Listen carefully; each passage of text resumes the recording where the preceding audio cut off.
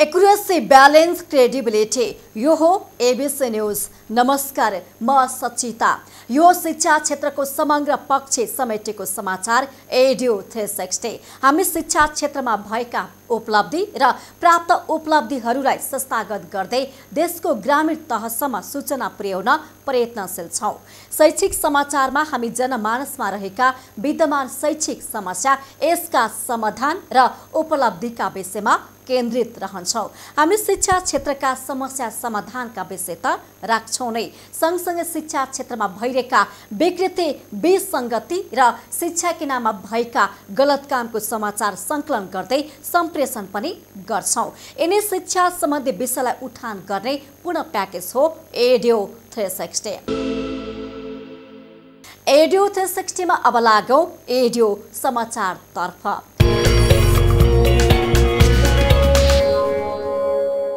केही समयदेखि बढेको अत्याधिक गर्मीको कारण तराईका विभिन्न जिल्लामा विद्यालय बन्द गरिएको छ। गर्मी बढेसँगै तराईको बारा, पर्सा, सर्लाही, धनुषा, महोत्तरी, रौतहट, चितवन, मकवानपुर, कञ्चनपुर, कैलाली लगायतका जिल्लामा विद्यालय बन्द भएका छन्। चर्को घाम र गर्मीकै कारण विद्यार्थीलाई विद्यालय आउन जान समस्या हुने भएपछि विद्यालय बन्द गरिएको विद्यालयले जनाएको छ। धेरैजसो विद्यालयमा टिनको छानो भएको हुँदा विद्यार्थीहरू गर्मीको मारमा परेका छन्। विद्यालयमा गर्मी छले पंखा, एसी लगायतको व्यवस्था नहुँदा विद्यार्थीले शास्ति झेल्न बाध्य छन्। अत्याधिक गर्मीको कारण विभिन्न जिल्लामा लूको समेत जोखिम देखिएको चिकित्सकहरूले बताएका छन्।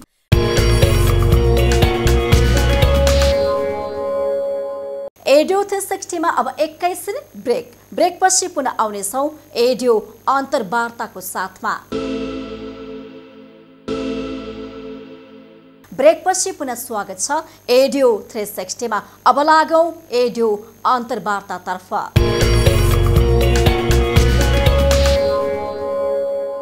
एबिसी न्यूज टेलिभिजनको शैक्षिक कुराकानीमा यहाँलाई हार्दिक स्वागत गर्दछु। म कार्यक्रम प्रस्तोता सचिता र आज हामी यो शैक्षिक कुराकानीमा विशेष गरी शिक्षामा भएका विकृतिको विषयमा गहिरोमा गएर कुराकानी गर्नेछौँ। किनभने पछिल्लो समयमा शिक्षाका लागि खुलेका विभिन्न सङ्घ संस्थाहरूमा व्यापारीकरण भएको छ। निजीको कुरा त छोडिदेऊ, अहिले नेपालमा शैक्षिक कार्यक्रमहरू थुप्रै आएका छन्।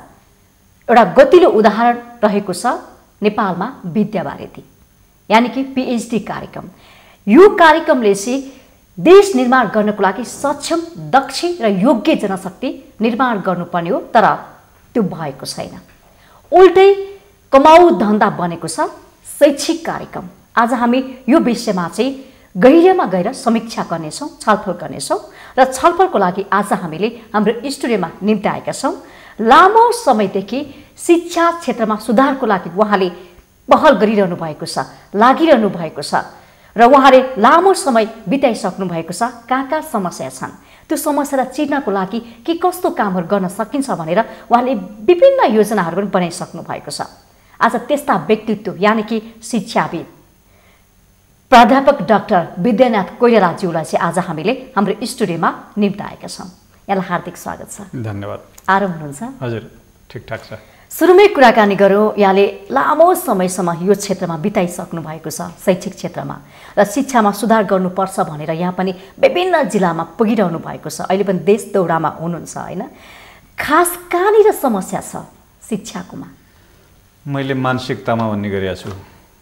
मूलतः मैले शिक्षकको टाउकोमा, शिक्षक भन्नाले मैले विश्वविद्यालयका प्राध्यापकदेखि लिएर स्कुलका शिक्षकहरूसम्म, बाल विकासका शिक्षकहरूदेखि लिएर सबैलाई मैले एउटै डालोमा हालेर भने चिन्तनमा समस्या भयो। त्यो चिन्तन के भयो भनेर भनेदेखि चिन्तन उहाँहरूको जुन चिन्तन सतही चिन्तन भयो, त्यो सतही चिन्तनलाई चाहिँ राजनीतिक दलहरूले छाताको रूपमा काम गरिदिए। त्यो मेरो हो, मेरोलाई नचला भनेर भनिदिए। समस्याको जड यतिमा हो। त्यसो भएपछि मैले अर्को ठाउँमा कहाँनिर देखेँ भनेर भनेदेखि त्यसो भएदेखि हाम्रो शिक्षकहरूलाई अध्यावधिक गर्ने डिजाइन के होला, जसले उनीहरू अध्यावधिक भइरहन्छन्, नयाँ नयाँ कुराकानी थाहा पाइरहेछन्, उनले जानेका राम्रा कुरा सब बटुल्ने तरिका के होला, त्यो किसिमको गरिदियो भनेदेखि उपाय हुन्छ।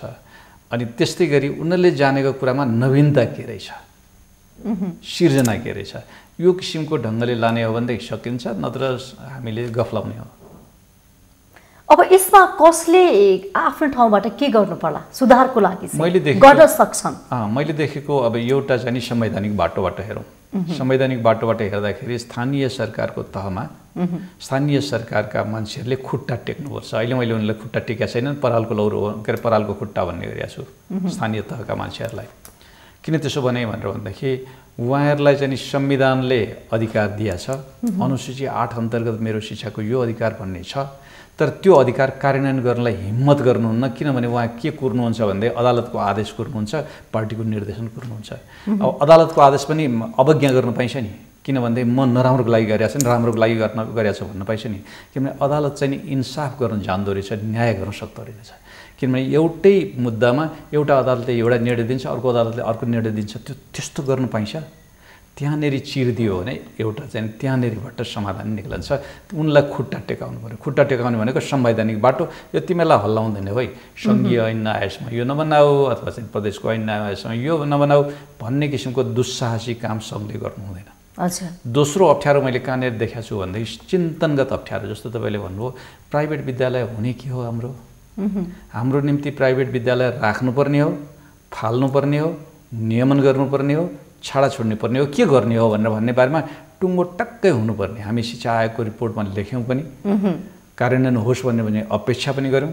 तर त्यही बिचमा प्रधानमन्त्रीले के भनिदिनु हो भनेर भन्दाखेरि होइन निजी तिमीहरूलाई हामी सुरक्षा गर्छौँ, मजासँग कमाए हुन्छ, गरी खाए हुन्छ भनेर भनिदिनु भयो। अब भनेपछि त हामीले जुन निजीलाई नियमन गर्ने र त्यसपछि गर्दैन उनीहरूलाई कहाँ जोनिङ गर्ने भन्ने किसिमको कुरा त गफै प्रतिवेदन ल्याउनु भएको थियो हैन? प्रतिवेदन ल्याथ्यौँ। त्यो प्रतिवेदन वामकै साथीहरूले गर्नुभएको, उहाँकै पार्टीका साथीहरू हुनुहुन्थ्यो, तर पनि उहाँले त्यसरी बोलिदिनु भयो। त्यसपछि त्यहाँनेरि समस्या भयो। अब गर्ने के त? हिजो 2 थरीका विद्यार्थी उत्पादन भयो भनेर चाहिँ बकबक गरेको पनि उहाँकै कार्यकर्ता। अब अहिले चाहिँ होइन है प्रधानमन्त्रीले यो भन्नुभएको छ, अब के गर्ने भन्ने किसिमको अन्यलमा पर्ने पनि उहाँ भनेपछि अन्यलको ठाउँ त्यहाँ हो। अब प्रधानमन्त्रीले चाहिँ स्पष्टसँग के भन्नुपर्छ भने सरकारी विद्यालय के गर्ने त? त्यसो भए त्यो किसिमको गरिदियो भने त्यहाँनिरबाट सुध्रिन्छ।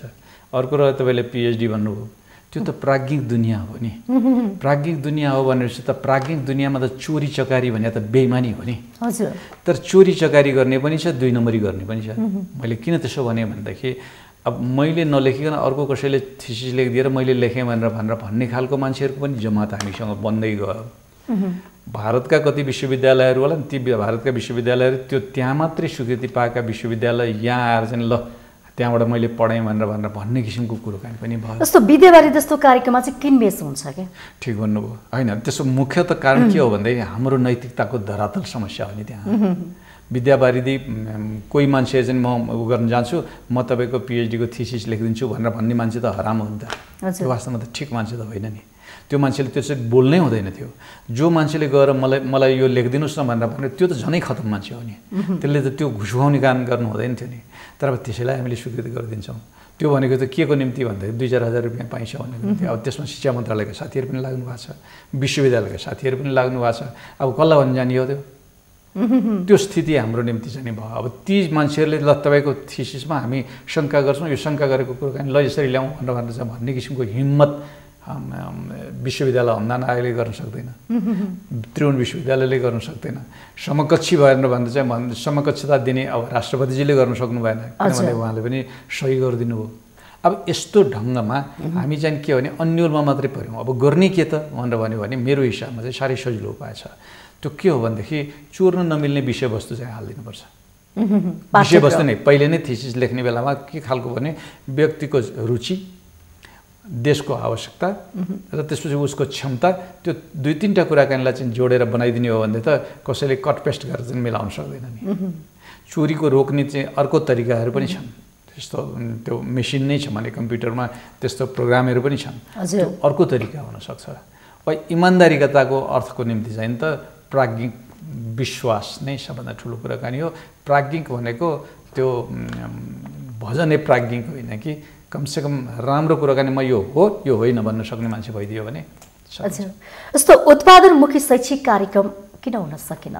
ठिक भन्नुभयो। कसले बनाउने भनेर भन्ने प्रश्न हुँदो रहेछ। यो म चाहिँ कसरी सोध्छु भने त्यो काम कसको? रहरवालाहरूको हो, रहर राजनीतिज्ञको हो, रहर देशको निम्ति होला, रहर अभिभावकको निम्ति होला, त्यसो भए गर्ने कसले हो? त्यो चाहिँ ठुलो प्रश्न रहेछ। मैले यो व्यावसायिक प्राविधिक शिक्षाको बारेमा धेरै वकालत गर्ने साथीहरूसँग पनि बसेर संवाद गरिरहेको छु। हामीलाई प्राविधिक शिक्षा चाहियो, सारा चाहियो। भोलि मानविकी पढेको मान्छे भएन भने के हुन्छ? त्यसको त मुटुहीन मान्छे भन्छ। मुटुहीन के गरी बनाउने हो? सबैलाई सिकर्मी र डकर्मी अथवा चाहिँ के मात्रै बनाउने हो त? होइन नि। त्यसो भन्दाखेरि त्यो मानवीय चिन्तन भएको मान्छेलाई गरेर खाने सिप कसरी हाल्ने हो? त्यसो भनेपछि छोटो अवधिको तालिम त्यो गर्ने कसरी डिजाइन हो कि सरकार, स्थानीय सरकार हो कि प्रदेश सरकार हो कि सङ्घीय सरकार हो कि वा मिडिया हो, के हो? किनभनेदेखि वा त्यो शिक्षक नै हो, त्यो शिक्षक आफैले गर्न सक्छ।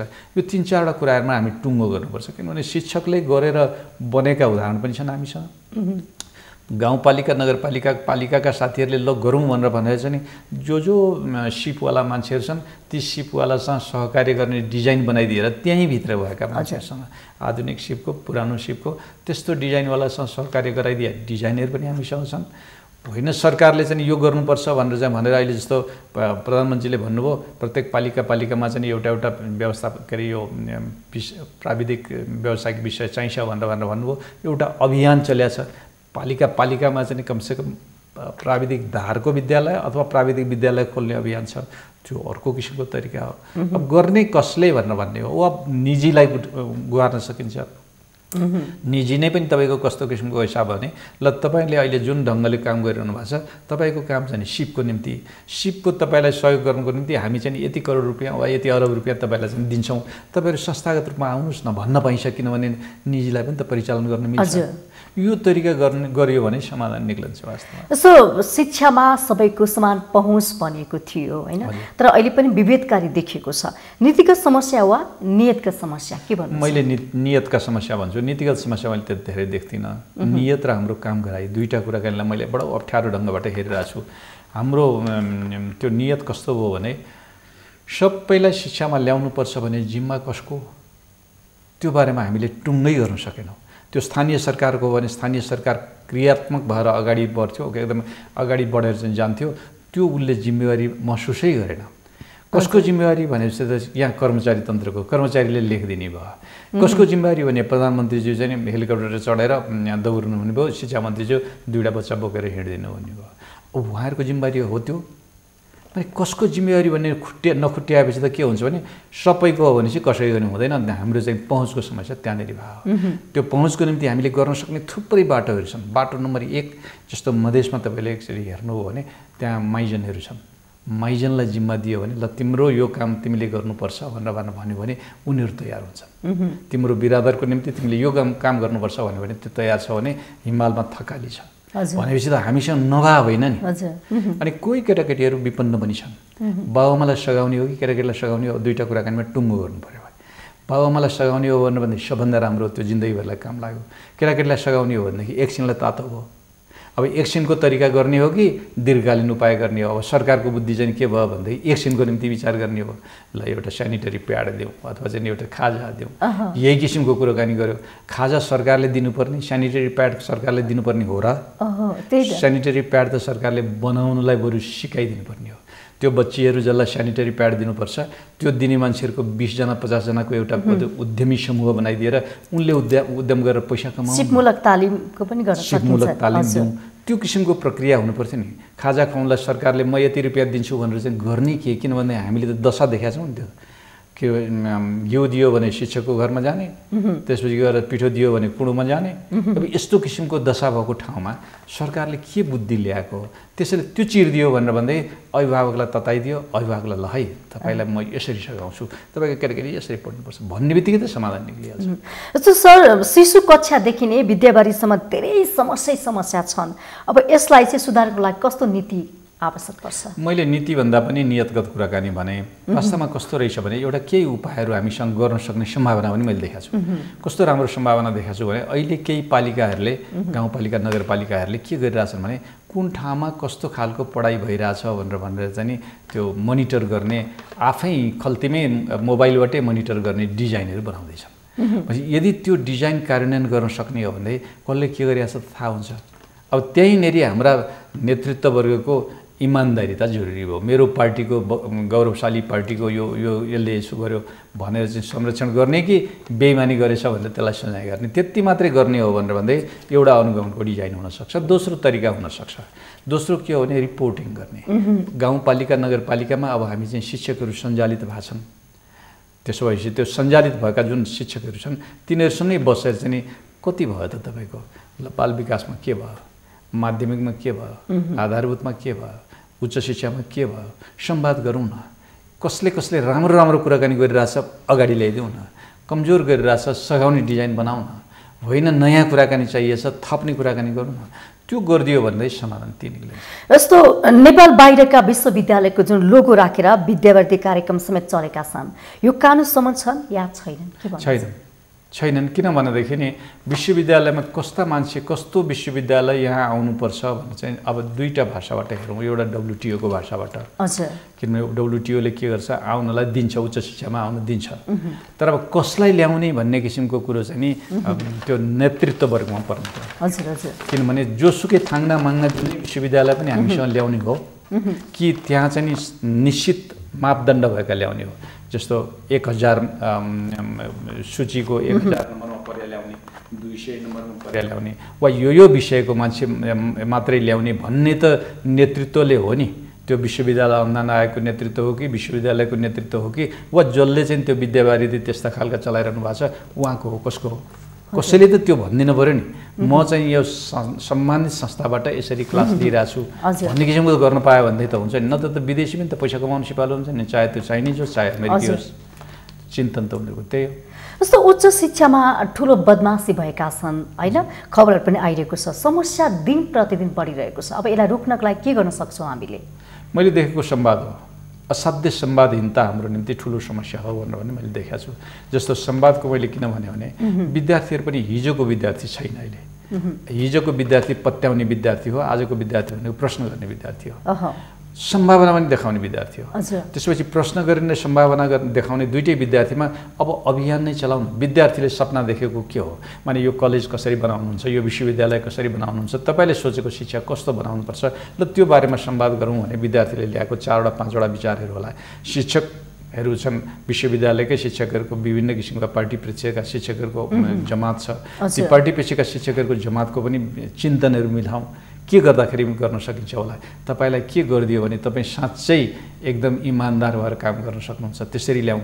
त्यस कमी संवादबाट नै समस्याको हल गर्न सकिन्छ। देख्छु किनभनेदेखि त्यो संवादहीनता हाम्रो ठुलो समस्या हो। नेतृत्वमा पुगेपछि मैले भनेको मान्नुपर्छ भन्ने चाहिँ जुन मूर्खाइ हाम्रो नेतृत्व वर्गसँग छ त्यो चाहिँ ठुलो गल्ती हो। किनभने नेतृत्वमा पुग्नु भनेको त व्यवस्थापकीय सिप हो नि। व्यवस्थापकीय सिप भनेर भनेको अहिले त के भन्ने चलन चल्ती छ भनेदेखि नेतृत्वको शैली व्यवस्थापकीय तरिकाबाट जानुपर्छ। त्यो भनेको कसको बुद्धि कहाँनिर छ त्यसलाई कसरी सहयोग गर्ने, कसको चिन्तन कहाँनिर छ त्यसलाई कसरी हटाउने, त्यो किसिमको व्यवस्थापकीय सिप भएको नेतृत्व भएन। त्यसले गर्दाखेरि गाह्रो आयो। तर त्यो सम्भावना छ, किनभने तलबाट दबाब दिन पनि सकिन्छ। विचारहरू आइसकेपछि माथिबाट राजनीतिक दलहरूले संरक्षण दिएछ। फेरि अर्को किसिमको समस्या हाम्रो के रहेछ भने राजनीतिक दलको बेइमानी कहाँनिर रहेछ भनेदेखि उनीहरूले मान्छे भर्ना गर्दा रहेछन् आफ्ना पदाधिकारीहरू, तर पदाधिकारी भर्ना गरिसकेपछि त्यसको जिम्मेवारी लिँदा रहेछ। जस्तो भन्नु अहिले नै तपाईँले उच्च शिक्षा आयोग के अरे उच्च शिक्षाको ऐन जुन संशोधन भनेर चाहिँ माथिल्लो सदनमा छलफलको निम्ति गयो, त्यसमा यसो हेर्दाखेरि त्यो पदाधिकारीहरूलाई सजाय गर्ने चाहिँ नि जागिर खोज्दै नै चाहिँ नि लेखिया छ। तर पदाधिकारी नियुक्ति गर्ने मान्छेलाई सजाय दिनु पर्दैन। ठेकदारले सजाय पाउँछ कि त्यो ज्यामीले सजाय पाउँछ? अब ठेकदार चाहिँ नि आफू हुने, सजाय चाहिँ ज्यामीलाई गरेर चाहिँ मजा मान्ने। अब त्यो किसिमको ढङ्गबाट हामी बदलिदिन सक्छौँ। त्यो जिम्मेवारी पार्टीहरूले दियो भनेदेखि हामी सजिलै एउटा बाटोमा पुर्याउन सक्छौँ। त्यसैले प्राज्ञिक ढङ्गबाट, राजनीतिज्ञको जिम्मेवारी मैले भर्ना गरेको छु भनेर भन्नेबाट, विद्यार्थी शिक्षक आदि इत्यादिको सोच चाहिँ नि व्यवस्थापकीय ढङ्गबाट समाधान गर्ने हो भने सजिलै समाधान हुन्छ। जस्तो थिङ्क ट्याङ्क उत्पादन गर्ने विश्वविद्यालयहरूमा चाहिँ सर्टिफिकेट मात्र उत्पादन गरिरहेका छन्, कारण किन होला? ठिक हो, त्यसको कारण के थियो भने एक त पुग्थ्यो क्या, पुग्थ्यो भनेर भन्ने किनभने प्रमाणपत्र मात्रै भए पुग्ने कुनै जमाना थियो, अब पुग्दैन। अब विचारहरू जन्य हो भन्दाखेरि विचारको निम्ति चाहिँ हामीले गर्न सक्ने कुरा के हुन्थ्यो भने भोलिको समाज कसरी बढ्ला भनेर समाजशास्त्रका विद्यार्थीहरूलाई ल तपाईँहरू सोच्नुहोस् आजको 50 वर्षमा 100 वर्षमा 200 वर्षमा तपाईँ हामी हुन्न तर त्यतिखेर समाज कस्तो होला, प्रविधिले कसरी पुर्याउला, संस्कारले कसरी पुर्याउला, राजनीतिले कसरी जाला, एउटा चिन्तन हुनसक्छ। अर्थशास्त्रको अर्को खालको विद्यार्थीहरू छन्। अर्थशास्त्र भोलिको अहिलेको अर्थशास्त्र कसरी विश्लेषण गर्नुहुन्छ, भोलि आजको 10 वर्षपछि 20 वर्षपछि राजनीति यसरी जाला, अर्थशास्त्र यसरी जाला, वा समाजशास्त्र यसरी जाला, वा चाहिँ प्रविधि यसरी जाला, त्यो बेलामा अर्थशास्त्रको ढङ्ग के होला, मान्छे कसरी सोच्ला, गर्ला के, यसरी काम लाउने किसिमको प्रक्रिया विश्वविद्यालयका पदाधिकारीहरूले वा क्याम्पसमा संवाद गर्ने त्यो डिजाइन गरिदिँदै हुन्थ्यो। अब हाम्रो शिक्षकहरू पनि कस्तो रहेछ भन्दाखेरि त्यो कोर्स सक्ने मात्रै बुद्धि रहेछ, विद्यार्थी पनि कस्तो भयो भने त्यो कोर्स सकाउने मात्रै बुद्धिमा भएछ। अब यो कुरोकानीलाई तपाईँ कोर्स सक्यो कि सकेन भनेर भन्ने किसिमको कुरोकानी भयो, जबकि उच्च शिक्षा भनेको कोर्स होइन, डिस्कोर्स हो। डिस्कोर्स, हजुर। त्यो भनेपछि त डिस्कोर्स भनेर भनेको त विद्यार्थीले चिन्तन गर्ने, चिन्ता गर्ने, समाधान निकाल्ने उपाय ल्याउनु पर्नेमा कोर्समा फस्यो। त्यसले गर्दा कोर्सबाट झिक्दियो भने समाधान। जस्तो सर, हाम्रो शिक्षाको समस्या पाठ्यक्रम हो, नीतिगत हो या आचरणगत हो? तपाईँ अब जस्तो एउटा विज्ञ जस्तो मान्छेले चाहिँ होइन भूमिका चाहिँ के देख्नुहुन्छ, के कहाँ समस्या देख्नु, आचरणमा देख्नुभयो? मैले चाहिँ देख्ने समस्या भनेको कहाँनिर हो भनेर भन्दाखेरि शिक्षकले कुनै पनि चिजलाई हल्लाउन जानेन। मैले किन भन्दै भने पाठ्यक्रमलाई दोष लायौँ भने त्यो निर्जीव वस्तु हो, त्यसलाई चलाउन मिल्छ। चलाउन मिल्छ भनेर चाहिँ त्यही पाठ्यक्रमलाई म अहिलेको सन्दर्भमा कस्तो बनाउँछु भन्ने किसिमको चिन्तन शिक्षकले गर्यो भने हुन्छ। त्यसको कारण के रहेछ भनेदेखि पाठ्यक्रम कहिले पनि नयाँ बन्दैन, त्यो पाठ्यक्रमको स्वभावै होइन। पाठ्यक्रम भनेको जहिले पनि पुरानो हुन्छ, त्यो चाहिँ नि फ्राइड राइस हो, त्यसलाई चाहिँ पुरानो भातलाई यसो नयाँ नयाँ चिज हालेर चाहिँ नयाँ बनाउनु पर्ने हो। त्यो नयाँ बनाउने भनेको शिक्षक हो। त्यसो हुँदाखेरि चाहिँ त्यसकै कुराकानी हो। अब नीति अर्को कुरो हो, उच्च शिक्षा सबैलाई र कसैलाई, उच्च शिक्षा प्रविधियुक्त र प्रविधिविहीन, यही दुईवटा नीतिमा हामी छलफल गर्ने न हो। उच्च शिक्षा अनुसन्धानात्मक हुने कि वा के हुने, यी दुई तिनवटा कुराकानीमा हामीले छलफल गर्ने हो। भनेपछि त विद्यार्थीलाई अनुसन्धान गर्न लायक के हुने हो, पढाउने तरिका चाहिँ त्यो शिक्षकले त्यही गर्न सक्छ। पैसा चाहिन्छ र अनुसन्धान गर्न त्यो पनि चाहिँदैन, बिना पैसा पनि अनुसन्धान गर्न सक्छ। विद्यार्थीकै अनुभूति जोडिदियो भन्दै पनि अनुसन्धान बन्न सक्छ। 10वटा विद्यार्थीको अनुभूतिहरू चाहिँ जम्मा जम्मी पारेर चाहिँ ल यो अनुभूतिबाट तपाईँले कुन दर्शनलाई हेर्न सक्नुहुन्छ, कुन विज्ञानलाई हेर्न सक्नुहुन्छ, कुन समाजशास्त्रलाई हेर्न सक्नुहुन्छ, कुन अर्थशास्त्रलाई विश्लेषण गर्न सक्नुहुन्छ भन्ने संवाद मात्रै गरिदिने हो भने पनि अनुसन्धान गतिलो हुन्थ्यो। त्यो तरकिब छ नि, त्यो तरकिबमा पुगेन। त्यसैले गर्दाखेरि मैले नीतिलाई पनि त्यत्रो ठुलो समस्या देखिनँ। अब व्यवस्थापन पनि ठुलो समस्या मैले देखिनँ, किनभने व्यवस्थापन बनाउने त यही हो, माथि एउटा अधिकारी हुन्छ, त्यसको मन्त्री 31जना मान्छे हुन्छ, तरिका त यही हो। त्यसले त्यहाँ पनि मैले समस्या देखिनँ। त्यसले समस्या कहाँनिर देखेँ भने शिक्षकले समसामयिक ढङ्गबाट विषयवस्तुलाई लिएर जाने, विद्यार्थीलाई त्यसरी कन्भिन्स गर्ने, अनि पछि अगाडि काम गर्ने किसिमको प्रक्रियामा हामी शिक्षकलाई फसाउनै सकेनौँ। त्यो फसाउने हो भने समाधान निक्ल्छ। जस्तो विद्यार्थीहरू विदेश पलायन जाने क्रम अझै पनि छ, रोकिएको छैन होइन? अब यसलाई नियन्त्रण गर्न कसरी सकिन्छ? मैले स्वाभाविक हो भनेर भन्छु। मैले स्वाभाविक किन भन्छु भने एक दुईवटा कुराकानीबाट। एउटा कारण के हो भनेदेखि चाहिँ चीन जस्तो देशले विद्यार्थीलाई लाखौँको सङ्ख्यामा विदेश पठाउँछ। विदेश किन पठाउँछ भन्दाखेरि त्यहाँको सिप सिकेर आइज, ज्ञान सिकेर आइज, त्यहाँबाट गर्न सकिने कुराकानी हो। 2-4 पैसा कमाउँछस् भने पैसा पनि लिएर आइज। पछि चीनले पठाउँछ। उसलाई के विश्वास छ भने कमसेकम 20% 25% मान्छे फर्कियो भने पनि देखा जायो भनेर भन्नुहुन्छ। हामीलाई किन कोगोल भयो? एकातिर त्यसरी ढङ्गले हेरौँ, दोस्रो ढङ्गले हेरौँ। अब हाम्रै मन्त्रीज्यूहरू के गरिदिनुहुन्छ भने ल हामीले चाहिँ फलाना ठाउँमा चाहिँ बिना भिसा वा बिना शुल्क तपाईँ विदेश जान पाउने व्यवस्था मिलाइदिएछौँ, तपाईँलाई साउदी अरेबिया जागिर यसरी मिलाइदिएछौँ, जापानमा यसो मिलाइदिएछौँ, अमेरिकामा यसो मिलाइदिएछौँ भनेर भन्ने मन्त्रीहरू पनि दौड्ने, प्रधानमन्त्रीदेखि लिएर अरू मन्त्रीहरू पनि दौड्ने। अनि उहाँहरूले चाहिँ त्यो भने क्या हो, जा भने न हो होइन र? यहाँ चाहिँ यहाँ हुनुपर्छ, यहाँ छ भनेर भन्नु पनि हामी नछोड्ने। त्यसो भने चाहिँ अब मैले देख्ने चाहिँ 3-4वटा कुराहरू भित्र्याउने तरिका चाहिँ सोध्नुपर्छ। त्यसको ज्ञान भित्र्याउने हो कि, त्यसको सिप भित्र्याउने हो कि, त्यसको मान्छेलाई भित्र्याउने हो कि, त्यसको चाहिँ नि यो के भन्छ त्यसको पैसालाई भित्र्याउने हो। 4वटा कुराकानीमा हामी टुङ्गो गऱ्यौँ भने विदेशी मान्छे पनि स्वदेशी हुन सक्छन्। ब्रेन ड्रेन होइन, ब्रेन रिगेन हुन्छ। हामी चाहिँ त्यसलाई बनाउन सक्छौँ। जस्तो शिक्षक कहाँ चुकिरहेका छन्? अघि नै पनि यहाँले भन्नुभयो शिक्षक चाहिँ चलायमान हुनु पर्यो है, शिक्षक चाहिँ सक्षम हुनु पर्यो भन्नुभयो। कहाँ चुकेको देख्नुहुन्छ? समय बुझ्न नसकेको, चुक्ने ठाउँ त्यहीँ हो।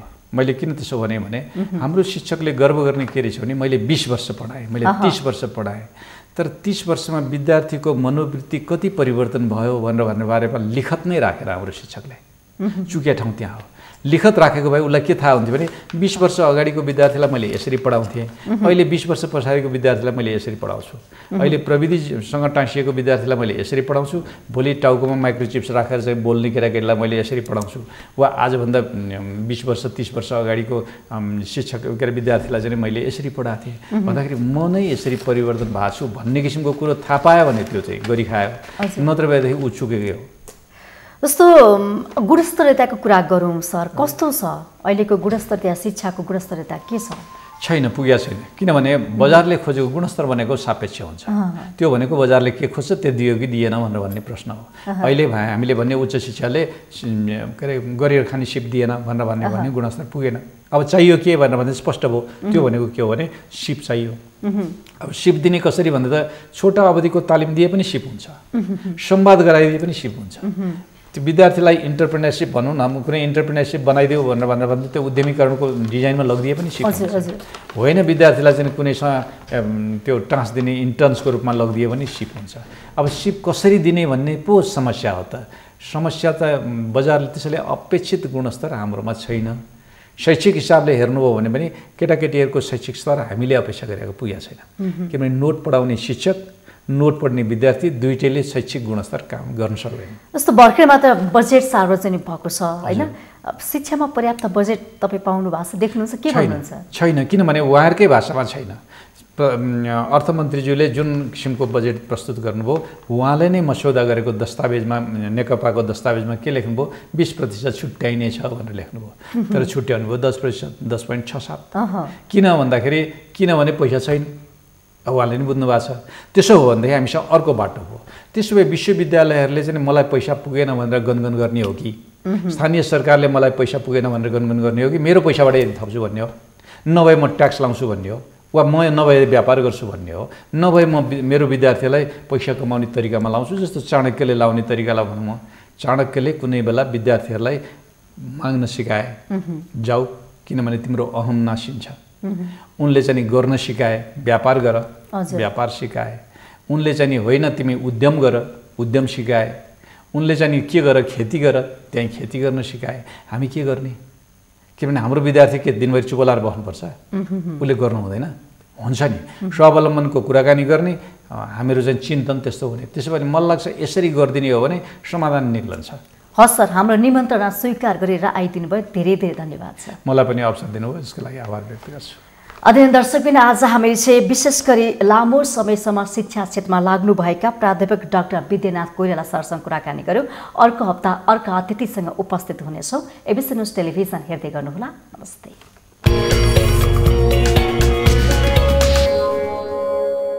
हवस् त, शिक्षा सम्बन्धी यिनै सूचनाबाट तपाईँ दर्शकलाई सुसूचित गराउने र शैक्षिक क्षेत्रमा भएका विकृति विसङ्गतिहरूको चिरफार गर्ने एडियो 360 आजलाई यति नै। गाउँ सहर दुनियाँ बिउसाउने हाम्रो अभियान जारी छ। तपाईँ एबिसी न्युज हेर्दै गर्नुहोला। नमस्कार।